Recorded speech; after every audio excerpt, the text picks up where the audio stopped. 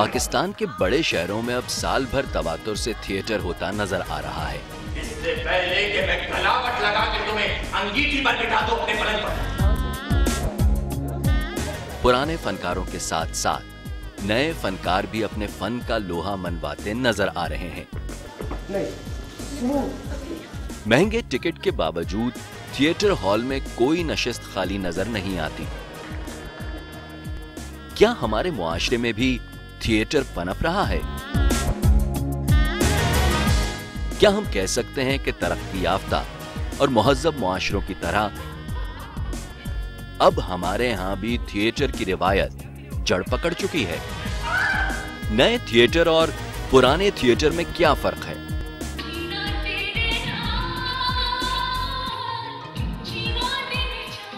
Commercial theatre और art theatre क्या होता है?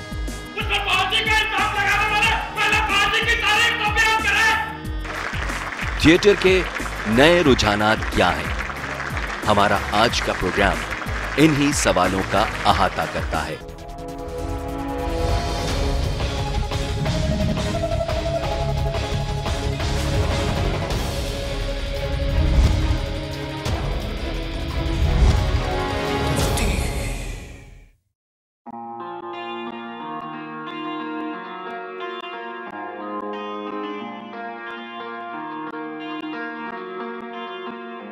थिएटर को मेंटल रिक्रिएशन कहा जाता है, यानी थिएटर ऐसी सरगर्मी है जो जहन को ताजगी फराहम करती है। और ये बात खुश आइंद लगती है कि ताजा दम जवां लोग एक बार फिर से थिएटर की जानिब रागिब हुए हैं और अब साल भर बड़े शहरों में तवातुर से थिएटर पेश किया जा रहा है। अच्छी बात मुझे जो उसमें लगती है वो ये कि लोगों ने ये डिसाइड किया है कि वो बाहर निकलकर जाएंगे ऑडिटोरियम्स में, वो टिकट ख़रीदेंगे और वो थिएटर देखेंगे। रोज़ाना तकरीबन हॉल फुल होता है। अब जिस जनरेशन ने थिएटर देखा ही नहीं है, उसके पास एक्सपोजर ही नहीं है, वो ये कैसे डिसाइड करे कि मैं ये थिएटर देखना चाहता हूँ या वो थिएटर देखना चाहता हूँ? अब जो है पब्लिक बहुत क्रिटिकल होके देखती है। पहले और था, पहले तो सब चलता था। इंशाल्लाह आप देखिएगा कि मैं नहीं रहूँ या रहूँ, मेरे बाद जो लिखने वाले थिएटर करेंगे तो लोग आएंगे, देखेंगे, ख़ानदान के साथ आएंगे और बैठ के जाएंगे।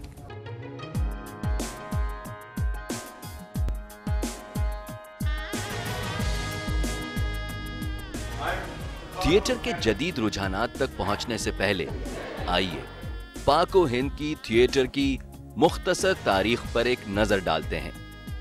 बर्रे सगीर पाक व हिंद में थिएटर की रिवायत सदियों पुरानी है। हिंदू मुआशरे में रामलीला सदियों से हो रही थी, जिसमें मुख्तलिफ फनकार भगवानों का स्वांग रचाकर हिंदू देवमालाई कहानियों को थिएटर की शक्ल में पेश करते थे। महाभारत और रामायण भी इसकी शक्लें हैं। इसके साथ साथ नौटंकी, रहस और मंडली होते थे।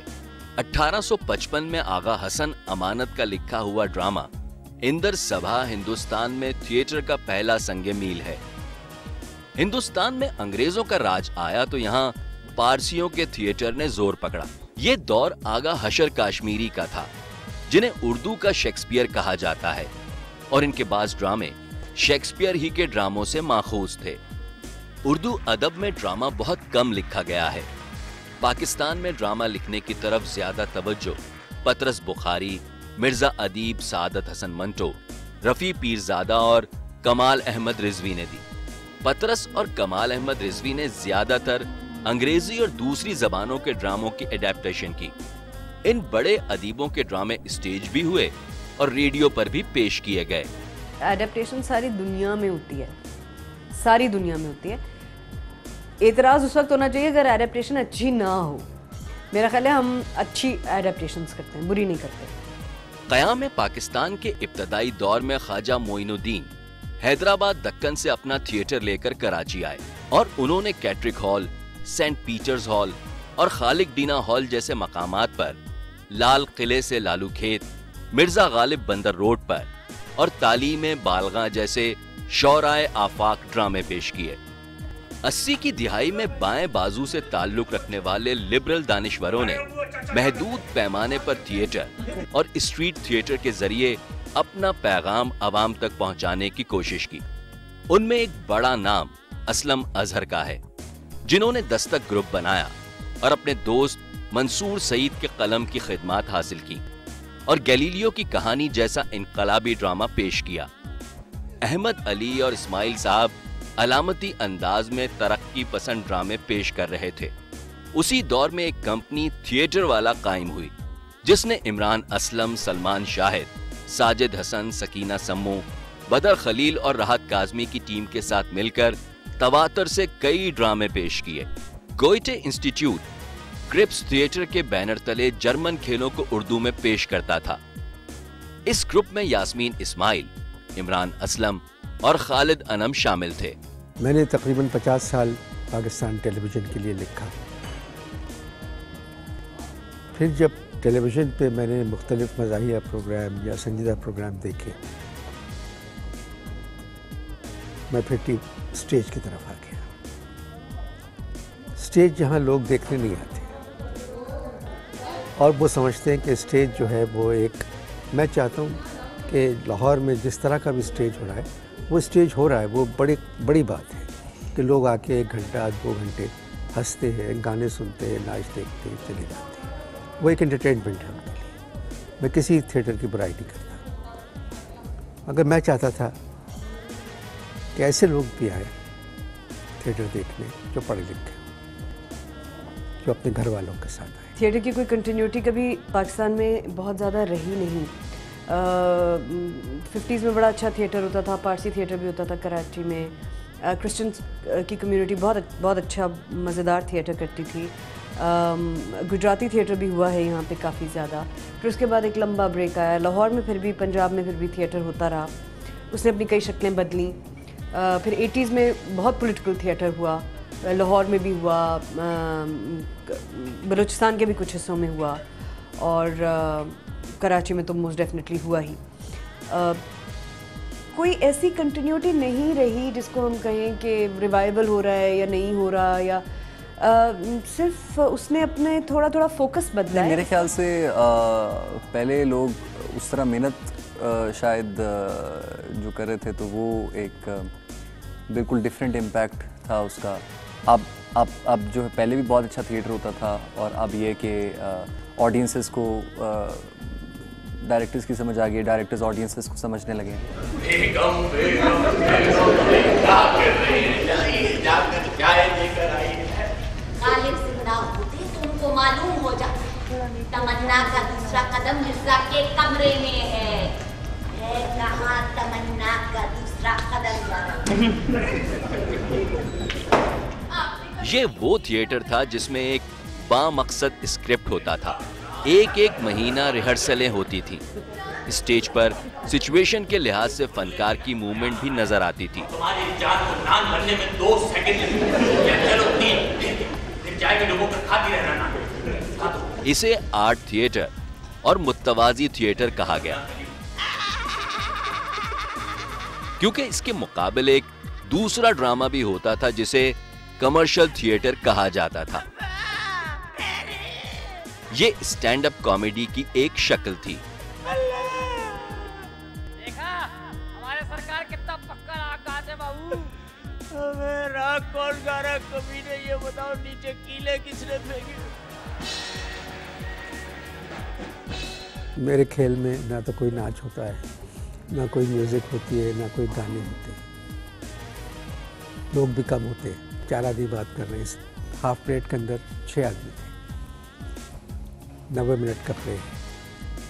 मगर मैं बुराई नहीं करता किसी की। अगर नाच लोग देखने आते हैं और अगर जुगत देखने के लिए आते हैं, तो फिर उनका ये कि अगर वो हंसते हैं और खुश होकर चले जाते हैं पैसे दे के, तो एक तहजीब को लाना चाहिए। अब उमर शरीफ तो बहुत टैलेंटेड है और ये जो आपने 2-4 और नाम लिए, मैं लोगों को जानते नहीं, I am sure they are very talented. लेकिन वही स्क्रिप्ट पे काम नहीं करना, सेट्स पे काम नहीं करना, सब्जेक्ट पे काम नहीं करना, बस वो जुगतबाजी आके करना, और बिकॉज उस सब के लिए बड़ी मेहनत की ज़रूरत है।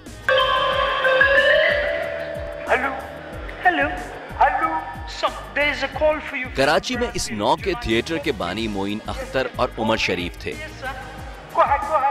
Alright, sir. Please carry on. Hello Hello. अस्सलाम वालेकुम। On ground. ओए बुड्ढा घर पे है? लाहौर में खालिद अब्बास डार, सुहेल अहमद अमानुल्लाह और दूसरे फनकार इस किस्म का थिएटर करते थे जिसमें कहानी बराए नाम होती। तुम्हारा नसीब ही खराब है। नहीं अंकल, आपकी तरबियत खराब है। नहीं बेटे, आपका मुकद्दर खराब है। नहीं, फनकार माइक के सामने खड़े होकर फिक्रे पर फिक्रा फेंकते। आपका पूरा जोग्राफिया खराब है। मेरा ख्याल ये है बेटा, तुम्हारा खून खराब है। जुगतबाजी करते आपका दिमाग खराब है। और दरमियान में डांस परफॉर्मेंस भी होती जिसे मुजरे की एक शक्ल ही कहा जा सकता है। इस थिएटर को कमर्शियल थिएटर कहा गया क्योंकि इन ड्रामों के टिकट भी महंगे होते और फिर भी हॉल में तिल धरने को जगह ना होती। जब बेहुदा थिएटर होना शुरू हुआ तो कोई रोकने वाला नहीं था, और कोई रोकने वाला नहीं था तो वो होना शुरू हो गया, और जब वो होना शुरू हो गया तो वो फैलता गया। और एक तो ये हुआ, this is one side of the picture. The other side of the picture की जो अच्छा थिएटर था वो करने वाले बहुत ही कम गिने चुने लोग थे और वो गायब हो गए। और उसमें से बहुत सारे लोग थे, बिकॉज थिएटर में पैसे नहीं थे तो सारे टेलीविज़न की इंडस्ट्री में चले गए, चैनल्स ढेर सारे खुल गए। सो वो जिस तरफ पैसा होता है लोग उस तरफ चले जाते हैं।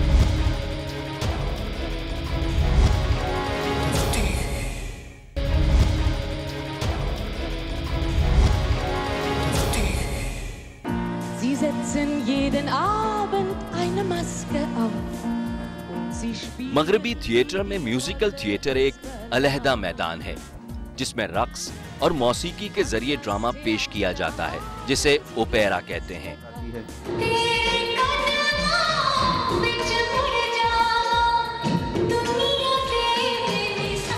हमारे यहाँ ड्रामों में रक्स की आमेजिश बहस तलब रही है।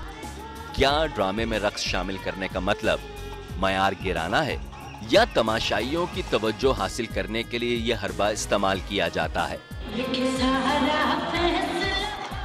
रक्स तो आज़ा की शायरी है, तो फिर थिएटर में रक्स की शमूलियत को मायूब क्यों बना दिया गया है? डांस में कोई हर्ज नहीं है। मतलब डांस एक ऐसी फॉर्म है जो अगर एक म्यूजिकल आप करें या कोई ऐसा प्ले करें जिसमें डिमांड है, उसकी रिक्वायरमेंट है, लेकिन फिर वो प्ले का हिस्सा लगे, टीका ना लगे कि भाई यहाँ ऑडियंस को चुके उठाना है तो चलो नाच डाल दो, ये तो गलत है। एक डांस सीक्वेंस अगर प्ले का हिस्सा है, रिक्वायरमेंट है, वहाँ बन रहा है, वहाँ फील आ रही है उसकी, फिर वहाँ ज़रूरी है। और फिर डांस भी वो डिफरेंट टाइप के होते हैं, वो अलग अलग प्ले पे डिपेंड करता है। जिस तरह हम जो अभी प्लेस कर रहे हैं उसमें ज़रूरत नहीं है आपको डांस की, मतलब वो बेतुकी बात लगेगी। शायद इंडियन आइटम नंबर में बुरा डांस होता है, सही है, जितना पंजाबी थिएटर में होता है उससे बुरा होता है, लेकिन चूंकि वो पंजाबी में तो वो हमें नहीं अच्छा लगेगा क्योंकि वो हमारा है ना, इसलिए हमें अच्छा नहीं लगेगा। तो जो मॉडर्न ट्रेंड्स आ रहे हैं उसमें भी यही बात है कि आपने रीपैकेजिंग ऐसी कर दी है कि गाने अंग्रेज़ी के हो गए, कपड़े उसी तरह हैं जिस तरह पंजाबी थिएटर में, लेकिन आपको वो अच्छा लग रहा है क्योंकि वो देखने भी अंग्रेज़ी बोलने वाले लोग आए हैं और नाच भी अंग्रेज़ी बोलने वाली रही है और उसने कपड़े भी ऐसे पहने, तो आप कहते हैं नहीं ये बहुत अच्छा है। इस चीज़ से निकलना होगा। कमर्शियल थिएटर और आर्ट थिएटर में क्या फ़र्क है? क्या आर्ट थिएटर कमर्शियल बुनियादों पर नहीं होता? करीम सिवाय शायद और कुछ नहीं बन सकता क्योंकि उसकी रगों में एक अदीब का खून दौड़ता हाय मिर्जा, कौन अदीब? कौन अदीब? गुज़िश्ता 4 साल से कराची, लाहौर और रावलपिंडी, इस्लामाबाद में थिएटर बड़े तवातुर से हो रहा है। 1000, 1500 और 2000 तक का टिकट होता है, लेकिन जिस तबके के लोग ये थिएटर देखने आते हैं उन्हें बार नहीं लगता। 4 साल पहले फिर मुझसे रिक्वेस्ट की गई कुछ लोगों ने कि कराची आके प्ले करें, सो हमने कराची में थिएटर शुरू किया। और वो जब प्ले किया तो जो मेरे ढेर सारे स्टूडेंट्स थे इस्लामाबाद में जो बहुत एक्टिवली थिएटर कर रहे थे, उन सब से मेरी मुलाकात हुई तो उन्हें मैंने बताया कि कराची की ऑडियंस बहुत अच्छी है, कराची में लोग बहुत रिसेप्टिव हैं, कराची में स्पॉन्सरशिप भी अच्छी मिल जाती है, लोगों में एक सेंस ऑफ रिस्पॉन्सिबिलिटी है, बहुत से लोग आके टिकट्स खरीदते भी हैं। तो उन सब ने भी फिर कराची का रुख किया। ये 1500 रुपये का टिकट मुझे पसंद नहीं है। मेरा प्ले जो है, मैं चाहता हूँ कि पढ़ने वाले, मजदूर, किसान, सड़क पे काम करने वाले सब देखें। मेरा दिल बहुत है, आप देखिएगा कि मैं, अल्लाह ताला ने अगर मुझे ज़िंदगी दी तो मैं मलीर, कोरंगी, अज़रबाद, नाज़ाबाद, लालू खेत सोसाइटी इनके मैदानों में थिएटर करूँगा। अनवर मकसूद तो अपना इरादा पता नहीं कब पूरा कर पाएंगे, लेकिन गुज़िश्ता बरसों में तहरीक निस्वां और दस्तक ग्रुप ने नवाही बस्तियों और सनती इलाकों के वेयर हाउसेज में आम आदमियों के लिए थिएटर किया, और जो बात जिन लोगों तक वो पहुंचाना चाहते थे उसमें किसी हद तक कामयाब रहे। इसी के साथ साथ रेलवे स्टेशन, प्रेस क्लब और दूसरे मकामात पर स्ट्रीट थिएटर भी होता रहा। पहला गाना पता है ना कौन सा है? ये गाइए ना भी अंदर। कहते हैं थिएटर के लिए सिर्फ 3 बुनियादी चीजों की जरूरत होती है। एक स्टेज, जो कोई प्लेटफॉर्म, चबूतरा या तख्त भी हो सकता है। छोड़े इन बातों को, ये बताएं कि आपका आना कैसा? धूम, फनकार, ये बताएं कि आपका आना कैसा हुआ? और सोम, तमाशाई। शान और शौकत वाला सेट, लाइट्स और दूसरे लवाजमात प्रोडक्शन की कदर बढ़ाने के लिए होते हैं। मुख्तलिफ शहरों में नौजवानों के थिएटर ग्रुप्स भी हैं जो अपने महदूद वसाइल में थिएटर करते हैं। इन्हें अमेचर थिएटर कहा जाता है। कराची में Pak American culture, Alliance Française, Goethe Institute और PNCA में इमेच्योर थिएटर बड़े तवातुर से होता रहा है। वो रोल जो आप कॉमन लाइफ में आपके नहीं होते, जो आप नहीं करते, लेकिन आप देखते हैं अपनी सोसाइटी में कि यार ये चीज़ हो रही है, तो इस टाइप के जो है वो मुझे करने में, अटेम्प्ट करने में बहुत मज़ा आता है। स्टेज हमें सिखाता है कि मूवमेंट क्या है, एंगल क्या है, मूव क्या है और डायलॉग क्या है, फेज एक्सप्रेशंस क्या है, वो हमें सब मिलता है। थिएटर के लिए सबसे ज़रूरी चीज़ है आवाज़ आवाम तक पहुंचना, ऑडियंस तक पहुंचना। जहां अगर आपने माइक दे दिया, स्पीकर्स दे दिए, तो वो थिएटर ख़त्म हो गया। थिएटर के लिए माइक ज़रूरी है। मुझे बता आप कितने दिन यहाँ रहेंगी? क्यों? अभी तो आई, अभी बनाने की बातें कर रहे हो। इसी अमेच्योर थिएटर से वाबस्ता कई राइटर्स, डायरेक्टर्स और फनकार आज मेन स्ट्रीम थिएटर और टीवी इंडस्ट्री में कामयाब करियर बनाए हुए हैं। इनकी ट्राई ले लो, किसी फटी चरगाह का गरम सूट इन्हें दो, उसके बाद देखो उसका क्या हाल होता है। समझ गया। कहते हैं थिएटर का तरबियत याफ्ता फिर फिल्म, टीवी किसी भी मीडियम में मार नहीं खाता। क्या थिएटर की तरबियत फनकार की सलाहियतों को जिला बख्शती है? मैं जब थिएटर पे आई हूँ, उसके बाद से जब मैं टीवी पे गई हूँ, तो वहाँ पर मतलब यहाँ पे बहुत लाउड बोलना पड़ता है, और यानी कि first, second, third and fourth speech तक जाना पड़ता है। लेकिन जब मैं टीवी पे गई तो वहाँ मुझे कहा और आहिस्ता और आहिस्ता और आहिस्ता, तो वहाँ मुझे पता चला कि वहाँ बहुत मतलब आराम से काम हो जाता है। घर में नायत इत्तेफाकी हो, उस घर के कुएं का पानी भी खुश्क हो जाता है। अमेचर थिएटर नॉन कमर्शियल बुनियादों पर होता है। इनकी 1 से 3 परफॉर्मेंसेस होती हैं। कोई टिकट नहीं होता। दोस्त अहबाब पासिस पर थिएटर देखने आते हैं। हमारे मुल्क के नौजवानों में बहुत टैलेंट है। इनको एक रास्ता दिखाने वाला आदमी चाहिए, एक स्क्रिप्ट चाहिए। अगर स्क्रिप्ट अच्छा है, परफॉर्मेंस अच्छी है, तो वो खेल जरूर तो पसंद करेंगे। दूसरी तरफ हाफ प्लेट जैसा थिएटर है जो कई हफ्तों जारी रहेगा।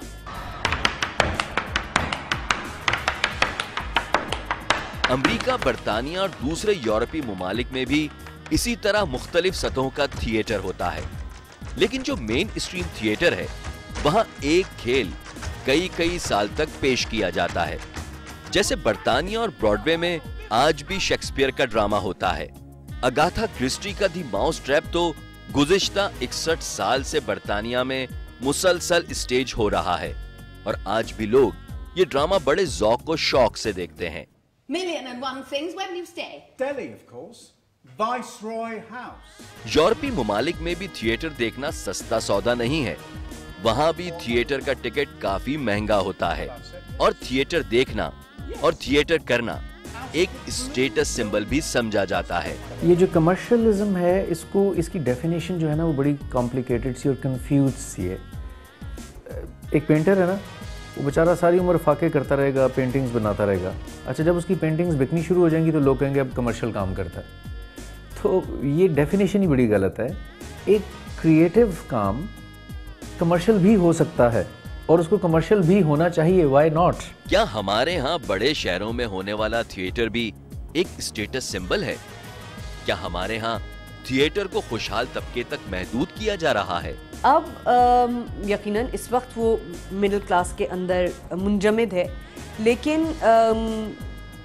मैं तो इसको भी समझ रही हूँ कि प्रोसेस का हिस्सा है। ठीक है, बहुत महंगा है प्रोडक्शन करना। अब अगर उसका 1500 टिकट आप नहीं रखेंगे, मैं उसे डिफेंड नहीं कर रही हूँ, मैं नहीं समझती कि 1500 रुपये का टिकट होना चाहिए, बिल्कुल भी। मैं समझती हूँ कि इतना टिकट होना चाहिए कि हर आदमी जाके देख सके। इस दलील में वजन है कि दूसरी तरफ जुगतबाजी और नाच गाने वाले कमर्शियल थिएटर के टिकट भी कम महंगे नहीं होते।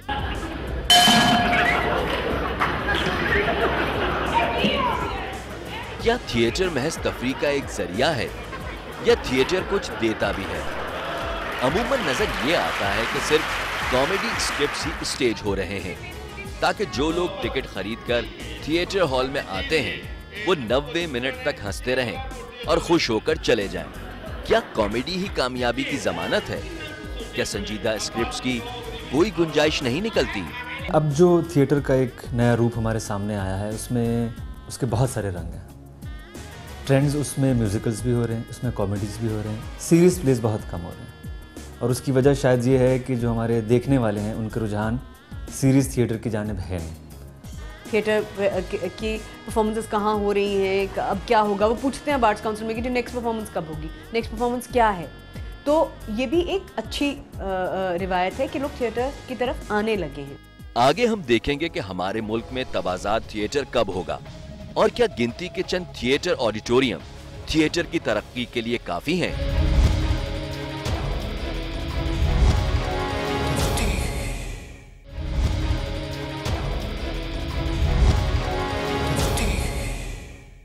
देखने में आया है कि हमारे यहाँ जो ड्रामे स्टेज पर पेश किए जाते हैं वो अंग्रेजी, फ्रांसीसी, रूसी और दूसरी जबानों में लिखे जाने वाले शोहराए आफाक ड्रामों का तर्जुमा होते हैं या उनसे माखूज होते हैं। उर्दू में लिखा हुआ तबाजात ड्रामा नजर नहीं आता। क्या हमारे यहाँ तबाजात लिखने वाले नहीं हैं? थिएटर को राइटर कब मिलेगा? हमारे यहाँ लोग लिख रहे हैं, ड्रामे देख रहे हैं, लोग टीवी पे आ रहे हैं, नए लिखने वाले आ रहे हैं, मगर हमारे यहाँ मुश्किल ये है कि किताब का पढ़ना बहुत ज़रूरी है। आपको किताबें पढ़ना चाहिए, यहाँ कोई नहीं पढ़ता, और जब तक आप कुछ पढ़ें नहीं आप लिख नहीं सकते। दुनिया एक ग्लोबल विलेज बन चुकी है। इंटरनेट, फेसबुक, स्काइप के बाद अब ये दुनिया वो नहीं रही कि वो मुल्क कहाँ है और ये मुल्क कहाँ है। अब ये सारी दुनिया एक छोटा सा विलेज है। तो इसमें कुछ लोगों के इंटरेस्ट जो हैं वो इंग्लिश में हैं, कुछ लोगों के इंटरेस्ट लोकल लैंग्वेजेस में हैं, कुछ लोगों के इंटरेस्ट इंटरनेशनल लैंग्वेजेस में हैं। थिएटर के स्क्रिप्ट्स लिखना बहुत मुश्किल काम है और उर्दू में बहुत ज़्यादा थिएटर नहीं लिखा गया। अभी भी आप नाम लेंगे तो वो आप मजबूरन आगा हशर काश्मीरी का नाम लेते हैं, लेकिन रफ़ी पीर साहब ने स्क्रिप्ट्स लिखे हैं, कमाल अहमद रिजवी साहब ने बहुत अच्छे स्क्रिप्ट्स लिखे हैं, सरमद सहबाई ने बहुत अच्छे पंजाबी में स्क्रिप्ट्स लिखे हैं, शाहिद महमूद नदीम ने बहुत अच्छे स्क्रिप्ट्स लिखे हैं, शाहिद शफात ने बहुत अच्छे स्क्रिप्ट्स लिखे हैं। तो ओरिजिनल प्लेस लिखे गए हैं, ऐसी बात नहीं है। अनवर मकसूद साहब के जितने प्लेस इस वक्त चल रहे हैं वो थिएटर की स्क्रिप्ट की रिक्वायरमेंट को वो पूरा करते हुए ना करते हुए, बहरहाल वो ओरिजिनल स्क्रिप्ट्स हैं। मैंने अब तक 3 ड्रामे लिखे हैं और डायरेक्ट किए हैं और वो तीनों ओरिजिनल ड्रामे थे। खुद से लिखे, खुद से कंसीव किया, खुद से एग्जीक्यूट किया। ओरिजिनल होने के लिए आपकी सोच ओरिजिनल होना बहुत ज़रूरी है कि हम देखें ना किसकी इज़्ज़त करते हैं, वो जो उर्दू अच्छी बोलता है या जो इंग्लिश में PhD करके आता है।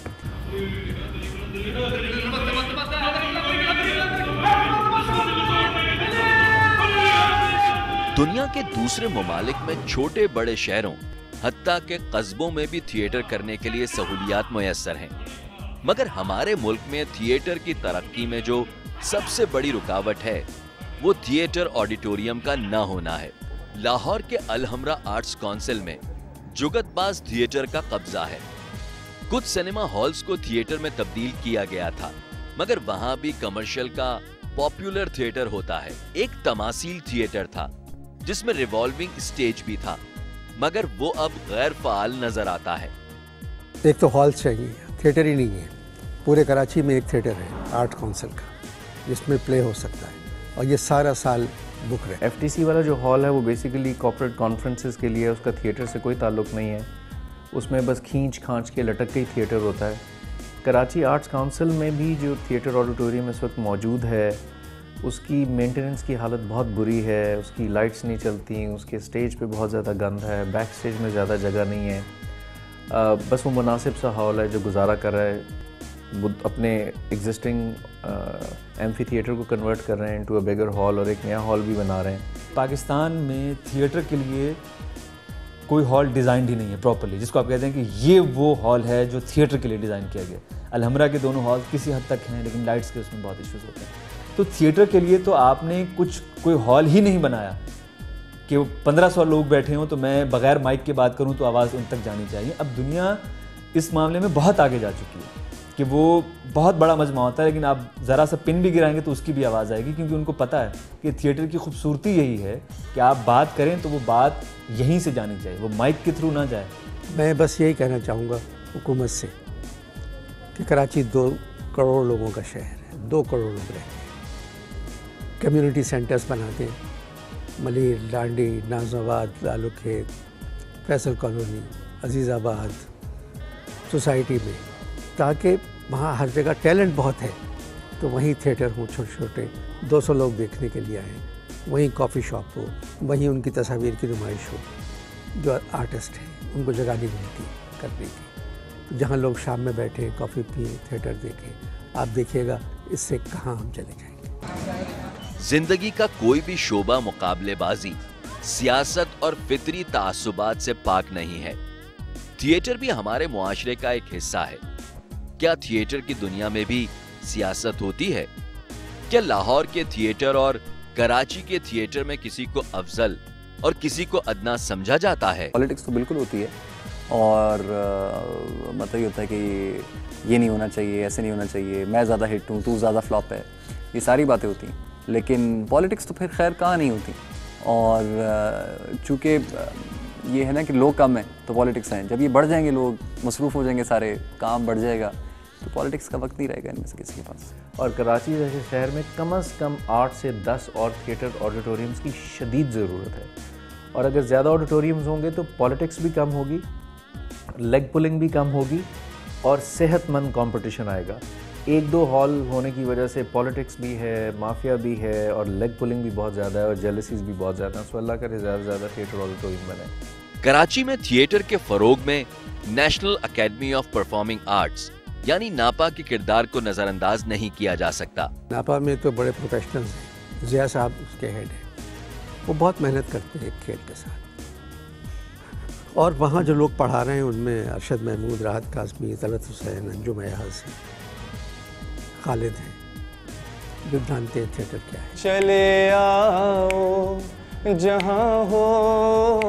यहाँ पर एडमिशन लेने के बाद बहुत अच्छा लग रहा है, बहुत मज़ा आ रहा है, काफ़ी हम लोग एंजॉय करते हैं, काफ़ी कोऑपरेट करते हैं सब, काफ़ी जो हमारे साथ जो हैं स्टूडेंट्स वगैरह बहुत एंजॉय करते हैं, अच्छा सीखने को मिल रहा है, बहुत कुछ सिखाया है, काफ़ी सर्स जो हैं बहुत अच्छे हैं, अच्छे तरीके से हम लोगों को गाइड करते हैं और दिल से कोशिश कर रहे हैं कि हम कुछ सीख कर जाएँ यहाँ से। मुझे एक्टिंग का चूँकि शौक था, तो मैंने सोचा कि मैं यहाँ पे शॉर्ट कोर्स हो रहा था, और अभी इन 3 मंथ्स के अंदर मैंने सोचा कि मैं ये जो अपने छुट्टियों के दिन होते हैं इसमें थोड़ा काम भी हमारा कम होता है, तो मैंने सोचा कि मैं ये जो है अपनी जो अपॉर्चुनिटी मिल रही है मैं इसे अवेल करूं। क्योंकि हर चीज़ को बहुत बेसिक्स से लेके जाया जाता है, जैसे समझ लें कि प्राइमरी क्लास की तरह हर चीज़ सिखाई जाती है, चाहे वो उर्दू बोलने का तलफ़ुज़ हो, अल्फाज में गलतियाँ निकालना हो, बहुत सारी चीज़ें ऐसी थी जो हम बचपन से पढ़ते आ रहे हैं और आज हमें आके पता चला कि वो गलत थी। नापा से हर साल दर्जनों नौजवान फारिगुल तहसील होते हैं और फिर थिएटर और टीवी में अपना करियर बनाते हैं। नापा के अहाते में भी एक छोटा ऑडिटोरियम बन चुका है जिसमें नापा के तलबा महदूद पैमाने पर थिएटर करते हैं। नापा जो है, और देखें जिस तरह की फैसिलिटी, जिस तरह की फंडिंग, जिस तरह का प्लेटफॉर्म उनको मिला हुआ, अगर हमें मिले तो हम वो चीज़ें कर रहे हैं कि अगले 50 साल लोग याद रखें। सो टू मी फ्रैंकली स्पीकिंग नापा इज़ अ फेलियर, और विच इज़ वेरी सैड। ऐसा नहीं होना चाहिए। वहाँ के स्टूडेंट्स बहुत टैलेंटेड हैं, वहाँ के उस्ताद बहुत टैलेंटेड हैं, वहाँ पे बहुत अच्छे एक्टर्स हैं, राइटर्स हैं, लेकिन वो जो सारी वेल्थ और नॉलेज और जो टैलेंट है उसको कल्टिवेट भी तो करना है, उसको एक्सिक्यूट भी तो करना है, उसको सोसाइटी के साथ शेयर भी तो करना है। वो उनको आता ही नहीं है और उसको वो सीखना भी नहीं चाहते और वो कर भी नहीं पाएंगे और वो कर भी नहीं रहे हैं। So it is very sad. अच्छी बात ये हुई है कि नापा भी अपना थिएटर कर रहा है, म्यूज़िकल्स भी हो रहे हैं, कॉमेडीज़ भी हो रही हैं, वन लाइन कॉमेडीज़ भी हो रही हैं, बहुत अच्छा जैसे अभी कुछ दिन पहले एक बड़ा अच्छा, मैंने भी, मुझे तो अच्छा लगा था वो, दारुशिको पे एक प्ले मैंने देखा उसका अजोका का, तो इस तरह का थिएटर भी हो रहा है। शीमा अपना थिएटर तहरीक-ए-निस्वां कर ही रही है, जंबील एक थिएटर ग्रुप है जो अपनी रीडिंग्स कर रहा है। अच्छी बात इस वक्त थिएटर की ये हो रही है कि बहुत मुख्तलिफ तरह का थिएटर होना शुरू हो गया है। नापा से ज्यादातर अंग्रेजी ड्रामों की एडेप्टेशन ही पेश होती है या फिर उर्दू के क्लासिक ड्रामे से इस्तेफादा किया जाता है। नया तबाजा ड्रामा नापा से भी सामने नहीं आ रहा। कहते हैं फन किसी की मीरास नहीं होता और फन किसी को सिखाया नहीं जा सकता। फनकार या तो होता है या नहीं होता। तरबियत से यकीनन फनकार अपने फन में निखार ला सकता है, लेकिन फनकार अगर अंदर से खुद खाली हो और उसमें कुदरत ने ये सिफत वदियत ना की हो तो वो लाख रियाजत के बावजूद फन की दुनिया में कुछ नहीं कर सकता।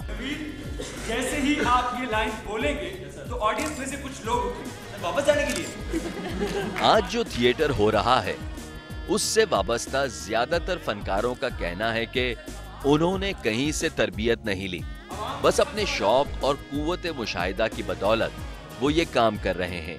मैंने किसी एकेडमी से नहीं सीखा है, मैं चीज़ों को देखता था, मुझे लगता था कि मैं सोचता था कि इसको यूँ होना चाहिए, ये होना। मैंने एक प्ले में एक असिस्ट किया शराबील को, उसके बाद मुझे लगा कि मुझे अपना काम करना है। मैंने तो जी कोई डायरेक्शन की ट्रेनिंग नहीं सीखी, कोई वो नहीं, तो मुझे बस शौक था।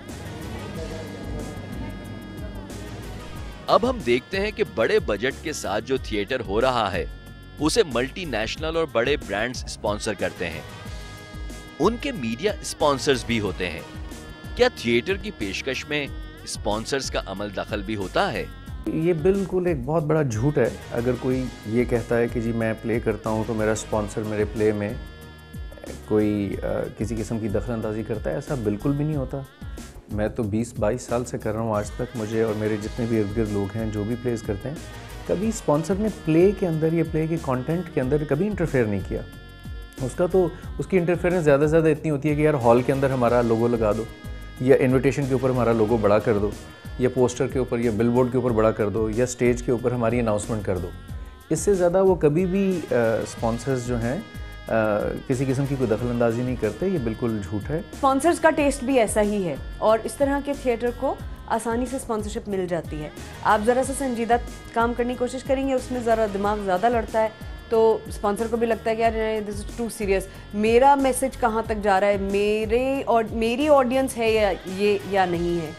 और हमेशा सारी दुनिया में मैस अपील की चीज़ों को स्पॉन्सर आसानी से मिलता है, और तरह के थिएटर्स को बहुत मुश्किल, ब्रॉडवे में भी बड़ी मुश्किल से लोगों को स्पॉन्सर्स मिलते हैं। मैंने तो आज तक किसी स्पॉन्सर को अलाउ नहीं किया कि मेरे स्टेज पे आ पाएंगे या मेरे जुमलों में आ पाएंगे। तो मेरे जितने भी प्लेस हों वो स्पॉन्सर हम छोड़ देते हैं, लेकिन वो भी स्पॉन्सर वो आप प्ले के साथ नहीं टेम्पर कर सकते, प्ले की स्पिरिट के साथ आप आ ही नहीं सकते।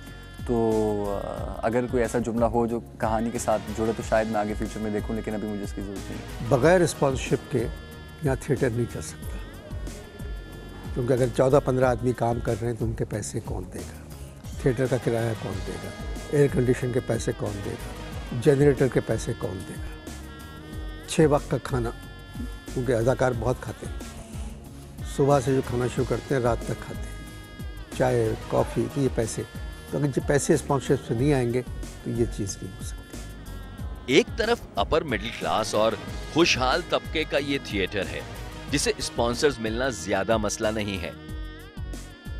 दूसरी तरफ महदूद पैमाने पर वो थिएटर करने वाले भी हैं जो अपनी सलाहियतों के मुताबिक गिनती के चंद शोज करते हैं, मगर फाइनेंस उनके लिए हमेशा एक बड़ा मसला होता है।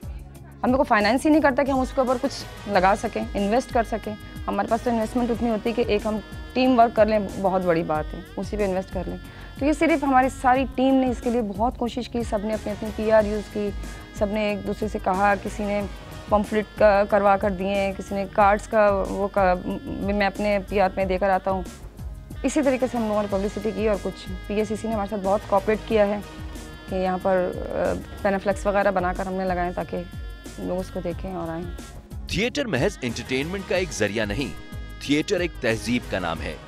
ये एक ऐसी तख्लीकी सरगर्मी है जिसका फरोग मुआशरे के लिए बहुत जरूरी है। थिएटर में इतनी इनकम नहीं है और हम थिएटर करते हैं अपने सेटिस्फेक्शन के लिए, एक्चुअली अपने एक्सपीरियंस के लिए, अपने सेटिस्फेक्शन के लिए। अगर हम फाइनेंशियल एस्पेक्ट से देखें तो अपना घर नहीं चला सकते उससे। अब जो थिएटर हो रहा है, मसलन शराबील के जो एक्टर्स हैं या दावर के जो एक्टर्स हैं और जावेद के जो एक्टर्स हैं, ये तो चला लेते हैं अपना घर थिएटर से। थिएटर जो है उस दुनिया भर में कभी भी पैसा कमाने के लिए इस्तेमाल नहीं है। थिएटर से कभी कोई पैसा नहीं कमा सकता। बहुत कम लोग ऐसे हैं जो थिएटर से पैसा कमा लें, अनलेस कि कोई बहुत बड़ी कंपनी बन जाए। दुनिया में वही कौमें तरक्की करती हैं जहां थिएटर जैसी तख्लीकी सरगर्मियों की सरकारी सतह पर हौसला अफजाई होती है। क्या हम उम्मीद कर सकते हैं कि हमारी हुकूमतें भी मुआशरे में तशद्दुद के खात्मे और मस्बत कदरों के फरोग के लिए थिएटर को अहमियत देंगी? एक उम्मीद का दिया हो तुम, एक उम्मीद। थिएटर की सरकारी और कॉरपोरेट सतह पर सरपरस्ती भी अमन और तरक्की का एक रास्ता है।